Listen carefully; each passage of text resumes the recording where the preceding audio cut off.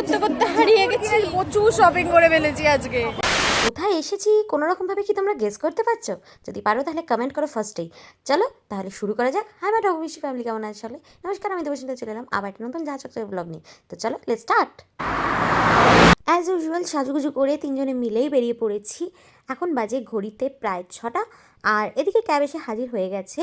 তাই জানি না কতক্ষণ টাইম লাগবে, কারণ রাস্তায় মনে হচ্ছে খুব একটা ট্রাফিক নেই, তাই তাড়াতাড়ি পৌঁছে যাব। যাই হোক, এখন এই লোকেশনটা দেখে আই গেস তোমরা অনেকেই বুঝতে পারছো, কারণ কিছুদিন আগেই এখানে এসেছিলাম ট্রেড ফেয়ারে। ঠিক সেখানেই চলে এসেছি কলকাতা নিউ টাউনের এই সিটি স্কোয়ার গ্রাউন্ডের কাছে, যেখানে কিন্তু আয়োজিত হচ্ছে আমাদের বহু প্রতীক্ষিত 2024 এবং 25-এর হস্তশিল্প মেলা। এসেই আগে আমরা তিনজনে এনার্জিটাকে বুস্ট করার জন্য একটুখানি চা পান করে নিলাম, আর তারপরে ঢুকে পড়লাম মেলায়। তবে মেলায় কি আছে না আছে সেটা তোমরা এই ভ্লগে কিছুই দেখতে পাবে না, সেটা আমি আগে থেকেই বলে দিচ্ছি, কারণ এই ভ্লগে শেয়ার করতে চলেছি এই মেলা থেকে আমি কি কি খেলাম, কি কি কিনলাম, আর কি কি করলাম। আর যেরকমটা দেখতে পাচ্ছ, মেলাতে ঢুকেই আমার ফার্স্টেই যেটা নজরে পড়েছে সেটা হচ্ছে এই সুন্দর সুন্দর হাতে আঁকা ফেব্রিক দিয়ে কুর্তি, টি শার্ট আর পাঞ্জাবিগুলো, যেগুলো না কিনে তো আমি এখান থেকে সরছি না। তবে এটা ভাবার কোনো কারণ নেই যে এই মেলাটার কোনো ডিটেলস আমি কোনো রকমভাবে দিইনি বা তোমাদের সাথে শেয়ার করিনি। অলরেডি এসে গেছে আমার চ্যানেলে, যেটা তোমরা এখন অবধি দেখোনি আমার ব্লগটা, আমি জানি। বাট মেলাটাতে কি কি এসেছে সেটা যদি তোমরা মিস না করতে চাও, তাহলে অবশ্যই গিয়ে একবার ব্লগটা দেখে নিও, আশা করি তোমাদের ভালো লাগবে। আর এদিকে দেখো, মেলায় ঢুকেই যে ফার্স্টে দোকানটাতে দাঁড়িয়েছি, সেখানে এত সুন্দর সুন্দর কালেকশন, যেগুলো না মেনশন করলেই নয়। আর এইগুলো কিন্তু ওনারা একেবারে নিজে হাতে তৈরি করেছেন। ওনারা থাকে পাঁশকুড়ায়, আর ওনারা নিজেরাও খুবই ভালো। তোমরা যদি যাও মেলায়, মিস করো না এই স্টোরটা, আশা করি তোমাদের কিছু না কিছু পছন্দ হয়ে যাবে। প্লাস এখানে বার্গেনও করা যাচ্ছে। একদম একদম একদম হ্যাঁ হ্যাঁ হ্যাঁ অবশ্যই। তাহলে শুনলে তো ওনাদের কথায় কতটা আন্তরিকতা রয়েছে। যাই হোক, ওখানে তো কেনাকাটা হলো, তারপর মেলার অন্যদিকে আবার এগোতে থাকলাম। আমি আমার মাকে পাঠালাম দাম করতে, যে মা গিয়ে দেখো দাম করো, আমি একটু ভিডিও করব। সে দায়িত্ব নিয়ে সেই দামগুলো খুব এডিটিং কিনে ফেলেছে। হ্যাঁ, লালটা কি সুন্দর, কত দেখি একটু, নীলটা ভালো লাগছে। হ্যাঁ, এই সেম প্রিন্ট, নীলটা আর ওইটা সেম প্রিন্ট।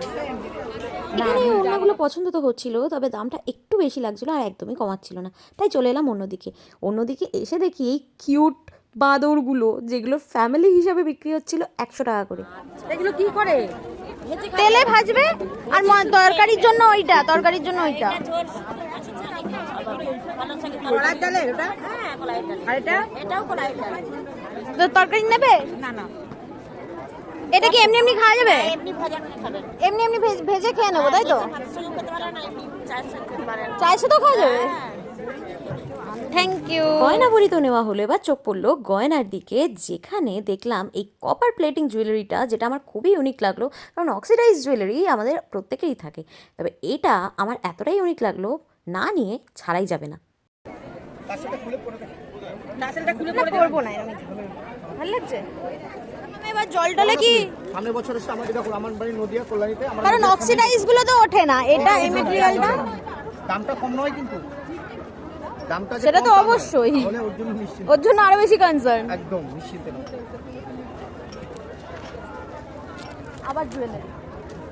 আবার জুয়েলারি কেনা হচ্ছে, মানে জুয়েলারি কেনা এখনো আগে যেগুলো কেনা হচ্ছে সেগুলোকে ঘরে গিয়ে ঢোকানো নিয়েই চলেছে। তো মানে আমরা সারাক্ষণ ঘর সাজানোর জিনিস নিয়ে, এবারে আজকে আমাদের নিজেদের সাজানোর জিনিস। আসবেন আবার, থ্যাংক ইউ। ওয়েলকাম। মানে আজকের মতন শেষ, তাই তো? আজকের মতো এখানে শেষ, 8:30 বাজে আমি গোছাবো। সব চকলেট এনেছিলাম। এইগুলো কত করে, এই ক্যান্ডেলগুলো? এগুলো 250, 120 আর এটা 550, এটা রিচ হবে। বুঝতে পারলে তো ওনার কথা শুনে যে মেলায় কতটা ভিড় হচ্ছে। উনি কিন্তু এখানে চকলেট, ক্যান্ডেলস আর নানা রকমের পারফিউম নিয়ে এসেছেন। আর এদিকে আমি পড়লাম আবার এক ঝামেলায়। এদিকে এগুলো দেখতে দেখতে আমার মা বাবা যে কোথায় গেল খুঁজেই পাচ্ছি না।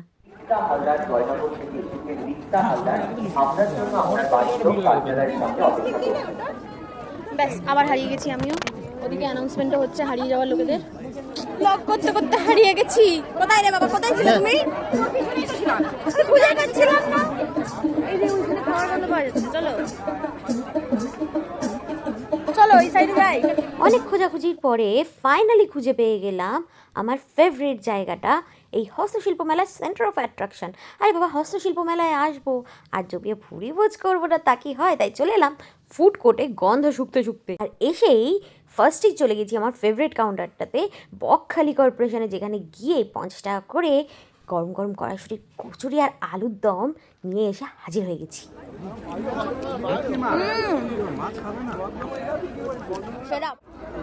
গরম মানে একদম সেম টেস্ট দেখো, একদম টেস্টের একটু হেল্পের হয় না। কড়াইশুঁটি কচুরি কমপ্লিট করে চলে এলাম সৌরভসে। এই কাউন্টারটাও আমার বেশ ফেভারিট, আর এখান থেকে অর্ডার দিয়ে দিলাম 3টে কম্বো, বাসন্তী পোলাও আর চিকেন কষা। তারপরেই চলে গেছিলাম আশা এন্টারপ্রাইজে, যেখানে চিকেন পকোড়া কাবাবস অ্যান্ড ভেটকি কাবাবস অর্ডার করে নিয়েছিলাম 2টো প্লেট ট্রাই করার জন্য, যেটা ছিল ফাটাফাটি খেতে অ্যাজ ইউজুয়াল।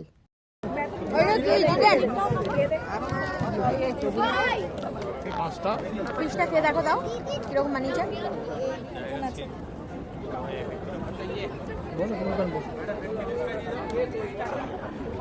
কেমন চিকেন? আর ওটা কি? কেমন লাগছে? কিরকম? সৌরভ আবার গন্ধরাজ চিকেন করেছেন। চিকেন পকোড়া কাবাবসটা নিল 100 টাকা করে। বেসিক্যালি 4 পিস থাকছে একটা সাতের মধ্যে, কোটিংটা হালকার ওপরে, কিন্তু চিকেনটা বেশ জুসি ভেতরে। আমার তো দারুণ লেগেছে, বাইরে দিয়ে বেশ ক্রিস্পিও। কিরম ফিশ আছে দেখি? ভালো, চিকেনটা থেকেও ভালো। এক পিস খাবে? ওই এক্সট্রাটা তুমি খাবে? বাপি খাওয়াও হয়ে গেল ফিশটা নাকি? হ্যাঁ। কেমন লাগলো খেয়ে? বললাম তো প্রথমে, হ্যাঁ দারুণ। তোমার ফিশ খাওয়া হয়ে গেল? এই ভেটকি কাবাবটা সত্যিই ছিল অসাধারণ খেতে। আর এমনিতেও এখানে আসলে মাছের আইটেমগুলো একটুখানি বেশি ফ্রেশ থাকে আর খুবই ভালো খেতে হয়। খাবে না? হ্যাঁ হ্যাঁ হ্যাঁ, এইটুকুনি খেতেই হবে। এটা ইয়াম্মি ইয়াম্মি। অনেক তো হলো পকোড়া কাবাবস খাওয়া, এবার পালা একটু মিষ্টি চেখে দেখার, তাই চলে এলাম একটা মিষ্টি স্টলে। এটা কি মনোহরা? কত? এই একটা মনোহরা ট্রাই করতে। মা ভাঙো, তুমি আমার এগুলো দাও, ভাঙো। ভাঙতে হয়। হ্যাঁ, উপর দিয়ে চিনির কোটিং। এটা ফুলে খেতে হয়। এটাও ভালো।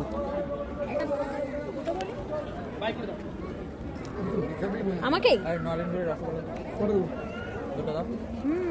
এই মনোহরা মিষ্টিটা আমি বহু কাল ধরে বহু জায়গায় খুঁজি, তবে কলকাতায় খুব একটা পাওয়া যায় না। অনেক দোকানেই আমি খুঁজেছি, আমি তো অন্তত পাইনি।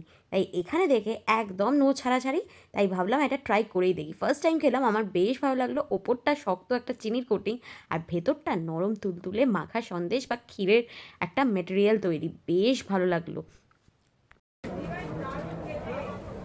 ওপরে গুড়টাও অন্যরকম লাগছে, মিষ্টিটা বেশি লাগছে। এইটা মিষ্টির দামগুলো আমার তুলনামূলকভাবে এখানে একটু বেশিই লাগলো। বাইরে মিষ্টির দোকানে এতটাও দাম থাকে না, সবকটাই প্রায় 25 টাকা বা 30 টাকার নিচে কোনো মিষ্টি নেই। তবে এখানে ভ্যারাইটিস অফ মিষ্টি আছে। যাই হোক, আমার তো মনোহরাটা ফার্স্ট টাইম ট্রাই করে বেশ ভালোই লাগলো। মিষ্টি মুক্ত হলো। এবার পালাই কম্বোসগুলো, যেটা পার্সেল করতে দিয়ে বলে গেছিলাম। সৌরভসে এসে গেছি, আর সেখান থেকেই আমি পার্সেল কালেক্ট করতে চলে এসেছি, যেটা ওনারা প্যাক করে দিচ্ছেন ভালোভাবে। এখানে আমি পার্সেলে নিয়ে নিয়েছি বাসন্তী পোলাও, চিকেন কষা, আর এবছরে ওনারা অ্যাড করেছে এই কম্বোসটার মধ্যে চিকেন পকোড়াও, যেটা টোটাল মিলিয়ে 150 টাকা করে পার প্লেট। বেশ ভালো বানায়। আমি এটা নিয়ে 3 বছর এখানে খাচ্ছি, আমার এত ভালো লাগে ওনাদের রান্না, সত্যিই রেকমেন্ডেবল। প্লাস ওনাদের আবার কেটারিং সার্ভিসও আছে। যাই হোক, এখান থেকে তো নেওয়া হয়ে গেল আমাদের পার্সেল, এবার পালা বাড়ি যাওয়ার। কিন্তু তার আগে আরও একটা কাজ বাকি, যেটা এখানে না কমপ্লিট করলে তো হবে না। এটা কত করে? 60 টাকা পিস পাতাটা। হস্তশিল্পে আসবো, আর বাড়ি সাজানোর জন্য একটু ফুল কিনবো না, তা তো হয় না। এখানে আর্টিফিশিয়াল ফ্লাওয়ারগুলো হতে পারে আর্টিফিশিয়াল, বাট অ্যাকচুয়ালি কিন্তু একেবারেই আর্টিফিশিয়াল নয়, কমপ্লিটলি ন্যাচারাল। কারণ এখানের বিশেষত্ব হলো এই প্রত্যেকটা ফুল ওনারা কিন্তু বানায় একেবারে ন্যাচারাল জিনিস দিয়ে, যেরকম কোনোটা ভুট্টার খোসা বা কোনোটা তাল পাতা বা এরকম অনেক কিছু। চলো একবার ওনাদের থেকে জেনে নেওয়া যাক যে কি কি দিয়ে বানায়। কি নিলে? এই যে ফুল, এগুলো ভুট্টা দিয়ে তৈরি? ভুট্টার খোসা দিয়ে তুলে। বাবা, আর কি আছে এগুলো ছাড়া ভুট্টা দিয়ে? ভুট্টা প্রচুর আছে, প্রচুর আইটেম। এইটা কিসের? এটা কিসের? এটা তাল পাতা আছে, তাল পাতা ভুট্টা আর গড়গড়ে দানা তো নিয়েছে। এই যে এই ফুলটাও ভুট্টা। আর এই মেটালিক গুলো? একটু দামটা এটা গড়গড়ে দানা, এটা সাইকাস পাতা, এটা তালের পাতা। এই দিনগুলো তো 10টা 10:30 হয়ে যায়, তাতে আমাদের মিনিমাম 1 ঘন্টা লাগে। তারপরে দিয়ে থাকো কোথায়? আমাদের এখানে সব ব্যবস্থা। আচ্ছা আচ্ছা আচ্ছা। তারপর কি আবার রান্না করতে হবে? রান্না, তারপরে এরপরে রাত্রে কাজ আছে আমাদের, তবে তো কাল সকালে বিক্রি করতে পারবো। কাল সকালে তো 12টা থেকে বসে না? আবার 1টা থেকে 1টা থেকে, হ্যাঁ। আসিয়া ব্যাস আমাদের তো মেলা ঘোরা এখানেই সমাপ্ত হলো। মোটামুটি প্রচুর শপিং করেছি দেখতেই পেলে। আর এখন প্রায় বাড়ির দিকে রওনা দিয়ে দিয়েছি। আর এদিকেও মেলা প্রায় গুটিয়েই গেছে, কারণ এখন বাজে ঘড়িতে 9:30। এবার পালা বাড়ি যাওয়ার। তাহলে কেমন লাগলো? কেমন লাগলো? এটা তো ভালোই লাগে আমাদের এবং ভালো লেগেওছে। খাওয়া দাওয়াও হলো, প্লাস খাওয়া দাওয়া খাওয়া দাওয়া তো প্যাকিংও হয়ে ভরপেট গেছে। খাওয়া হয়েছে। প্যাকিং, ডিনারের প্যাকিংও হয়ে গেছে। এই যে আমার মা দাঁড়িয়ে দাঁড়িয়ে হাই তুলছে, এক প্রকার ভরপেট খাওয়া। ঘরে ফুল নিয়ে। এই যে কেমন লাগছে, কেমন বলো? আবার আসবে?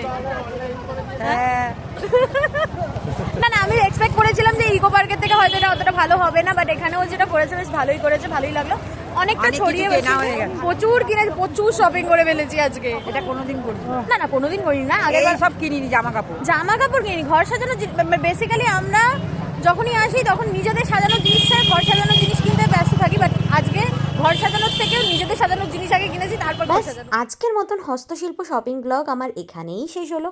দেখতেই পাচ্ছ ক্যাব অলরেডি এসে গেছে। এবার সত্যিই বাড়ি যাওয়ার পালা। আর অনেকটাও রাত হয়ে গেছে। এখানে শেষ করি আজকের ব্লগ। তোমাদের কি করতে হবে মনে আছে? লাইক, কমেন্ট, শেয়ার, সাবস্ক্রাইব, আর ফেসবুক থেকে দেখলে ফলো করে দিও। আর এখনও যদি ডিটেলস ব্লগটা হস্তশিল্প মেলার যদি না দেখে থাকো, চটপট করে টকবক মিষ্টি সার্চ করে নাও, বা আমার চ্যানেলে চলে যাও, বা ডিসক্রিপশন বক্সে লিঙ্ক দেওয়া আছে, সেখানে গিয়েও দেখে নিতে পারো। মিস করো না।